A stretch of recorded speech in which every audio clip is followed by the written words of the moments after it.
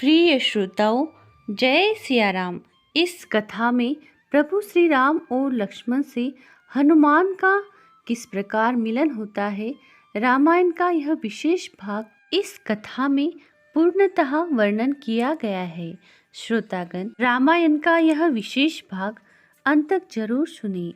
कथा को शुरू करते हैं। प्रभु श्री राम, लक्ष्मण और हनुमान की यह भेंट का विशेष भाग उस समय का है जिस समय हनुमान जी सुग्रीव के साथ ऋष्यमुख पर्वत पर रह रहे थे। उस समय सुग्रीव प्रायः बाली के भय से मन ही मन बड़ा चिंतित और त्रस्त रहता था। हनुमान जी उसके मन से भय निकालने का प्रयत्न करते, पर उसके हृदय से बाली का भय जाता ही नहीं था। ये श्रोतागण, बाली के मन में किस प्रकार का भय था, यह कथा जानने के लिए इस कथा के एंड स्क्रीन पे जाए। श्रोताओं, कथा पर वापिस आते हैं। ऋष्यमुख पर्वत की ओर आने वाले प्रत्येक व्यक्ति को वह शक की दृष्टि से देखता था। उसे लगता कि बाली ही तो शापवश ऋष्यमुख पर्वत पर नहीं आता है, किंतु उसके द्वारा भेजा गया कोई अन्य छद्मवेश में यहाँ आकर उसका वध कर सकता है। इसी भय से वह हर समय डरा डरा सा रहता था। एक दिन उसने ऋष्यमुख पर्वत शिखर से उसकी तलहटी में दो सुदर्शन युवकों को घूमते देखा। उन्हें देखकर सुग्रीव भयभीत हो गया। उसने तत्काल अपने मंत्री हनुमान से कहा, हनुमान, देखो, वन में विचरने वाले वे दो सुदर्शन युवक कौन हैं? वे तपस्वियों जैसा वेश बनाए हुए हैं। उनके हाथों में बड़े बड़े धनुष है और कमर पर तरकस बंधे हैं। दोनों अत्यंत वीर जान पड़ते हैं। मुझे लगता है कि भ्राता बाली ने इन दोनों को यहाँ भेजा है और ये मुझे ही खोज रहे हैं। चलो, हम जल्दी से छिप जाते हैं। हनुमान जी ने सुग्रीव को आश्वासन देते हुए कहा, महाराज सुग्रीव, आप भयभीत न हो। बाली और बाली के दूत इस मलय पर्वत पर आपको जरा भी नुकसान नहीं पहुंचा सकते। यहाँ आप पूरी तरह सुरक्षित है। आपको इस प्रकार भयभीत होता देखकर मुझे बड़ा दुख हो रहा है। एक राजा को अपनी बुद्धि का समुचित उपयोग करके ही कोई निर्णय लेना चाहिए। जो राजा ऐसे नहीं करता, वह अपनी प्रजा का कभी भला नहीं कर सकता। हनुमान की बात सुनकर सुग्रीव ने कहा, हे कपिश्रेष्ठ, तुम इन दोनों के शरीर सोष्ठों को तो देखो। दोनों की भुजाएं कितनी लंबी है, दोनों के नेत्र कितने विशाल है। इनमें एक श्याम वर्ण और दूसरा गौर वर्ण है, लेकिन इनके चेहरों पर यह उदासी कैसी छाई है? क्या यह इनका कोई छलावा है? मुझे तो इन्हें देखकर बड़ा डर लग रहा है। हनुमान ने कहा, महाराज, आप कदापि न डरे। मैं छद्म वेश में इनके पास जाता हूँ और पता लगाता हूँ कि ये दोनों कौन हैं और किस उद्देश्य से यहाँ वन में घूम रहे हैं। यदि मुझे कोई खतरा दिखाई दिया तो मैं आपको संकेत करके सचेत कर दूंगा, और यदि कोई खतरा दिखाई नहीं दिया तो इन्हें अपने साथ यहाँ ले आऊंगा। संभवतः ये हमारी कुछ सहायता कर सके। सुग्रीव बोला, ठीक है, फिर तुम ऐसा ही करो, लेकिन अच्छी तरह से छानबीन कर लेना।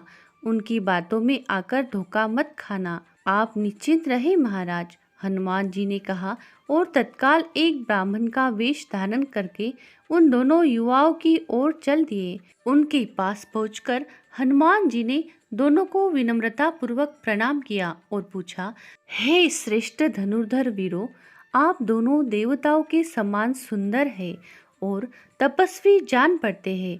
आपके शरीरों की कांति अत्यंत सुंदर है। आप इस घनघोर वन प्रदेश में किस लिए भ्रमण कर रहे हैं?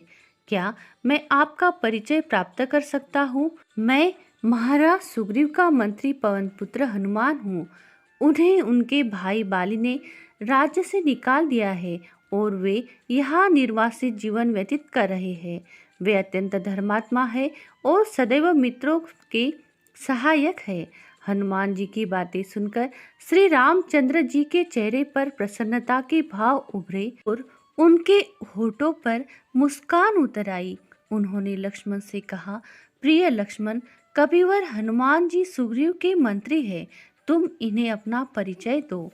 हनुमान जी ने जिस प्रकार हमसे बातें की है, ऐसी बातें तो कोई ज्ञानी व्यक्ति ही कर सकता है। जिस राजा के पास ऐसे दूत हो, उसके कार्यों की सिद्धि में कदापि संदेह नहीं करना चाहिए। राजा के मनोरथ उसके दूतों से ही ज्ञात हो सकते हैं। श्री राम के कहने पर लक्ष्मण जी ने हनुमान जी से कहा, हे विप्रवर, हम दोनों भाई अयोध्या के महाराज दशरथ के पुत्र हैं। ये मेरे बड़े भ्राता श्री रामचंद्र जी है और मैं इनका अनुज लक्ष्मण हूँ। हम यहाँ पिता की आज्ञा से 14 वर्ष का वनवास भोगने आए हैं, परंतु कुछ समय पूर्व पंचवटी में निवास करते हुए किसी छली राक्षस ने मेरी भाभी माँ सीता जी का अपहरण कर लिया है। हम उन्हीं की खोज में इधर आए हैं। हमें पता चला है कि महाराज सुग्रीव हमारी सहायता कर सकते हैं, इसलिए हम उनकी खोज में ही इधर आए हैं। मार्ग में घायल जटायु ने बताया है कि वह छली दुष्ट राक्षस रावण है, जो लंका का अधिपति है। हनुमान जी ने प्रेम से बढ़कर श्री रामचंद्र जी के चरण स्पर्श किए और आंखों में अश्रु भरकर कहा, प्रभु, मैं तो कब से आपके दर्शनों को इच्छुक था। आज आपके दर्शन पाकर मेरा जीवन धन्य हो गया। वानराज सुग्रीव आप जैसे जितेंद्रिय बुद्धिमान वीर शिरोमणि राजकुमारों से मिलके मित्रता करके अत्यंत प्रसन्न हो जाएंगे, क्योंकि वे भी इन दिनों अपनी पत्नी के वियोग से अत्यंत दुखी हैं। उनके भाई बाली ने उनकी पत्नी को बलपूर्वक छीन लिया है और वह उनका शत्रु हो रहा है। मेरे स्वामी वानराज सुग्रीव माता सीता का पता लगाने में आपका निश्चित ही सहाय होंगे। आप मेरे साथ चले, मैं आपकी उनसे भेंट कराता हूँ।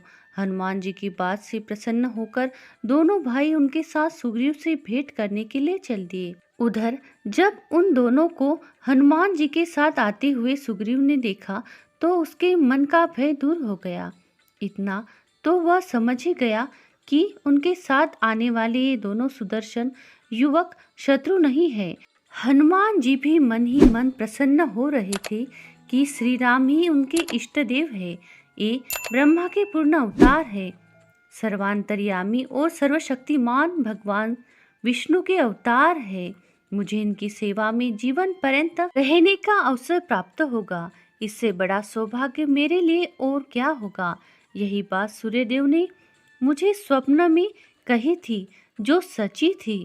उधर जब भगवान श्री रामचंद्र जी ने हनुमान को विचारमग्न और भाववेश में आगे बढ़ते हुए देखा तो उनका हृदय द्रवीभूत हो गया। उन्होंने आगे बढ़कर हनुमान जी के कंधे पर अपना हाथ रख दिया और उनका सहारा लेकर वे आगे बढ़ने लगे। हनुमान जी बार बार आदरपूर्वक श्री राम और लक्ष्मण जी को अपने हाथों का सहारा देकर पर्वत की दुर्गम चढ़ाई पर चढ़ने लगे। कई बार तो हनुमान जी ने उनसे कहा भी कि वे उसके कंधों पर बैठ जाए, पर श्री राम ने मुस्कुराकर मना कर दिया। हनुमान जी का स्नेह भाव देखकर वे मन ही मन पुलकित हो रहे थे। बार बार उनकी आंखों में अश्रु छलकने लगते, जिन्हें वे सबके दृष्टि से बचाकर आंखों में ही मसल देते थे। श्री राम और लक्ष्मण जी को लेकर हनुमान जी वानराज सुग्रीव के पास पहुँचे और उनका परिचय दिया। वानराज सुग्रीव ने सम्मान पूर्वक उन्हें आसन ग्रहण कराया। प्रभु श्री राम से मिलकर हनुमान जी कृतकृत्य हुए और उनके चरणों में गिर पड़े। तभी से प्रभु श्री राम जी के हनुमान जी आनंददास बन गए और उनकी सेवा के लिए तैयार हो गए।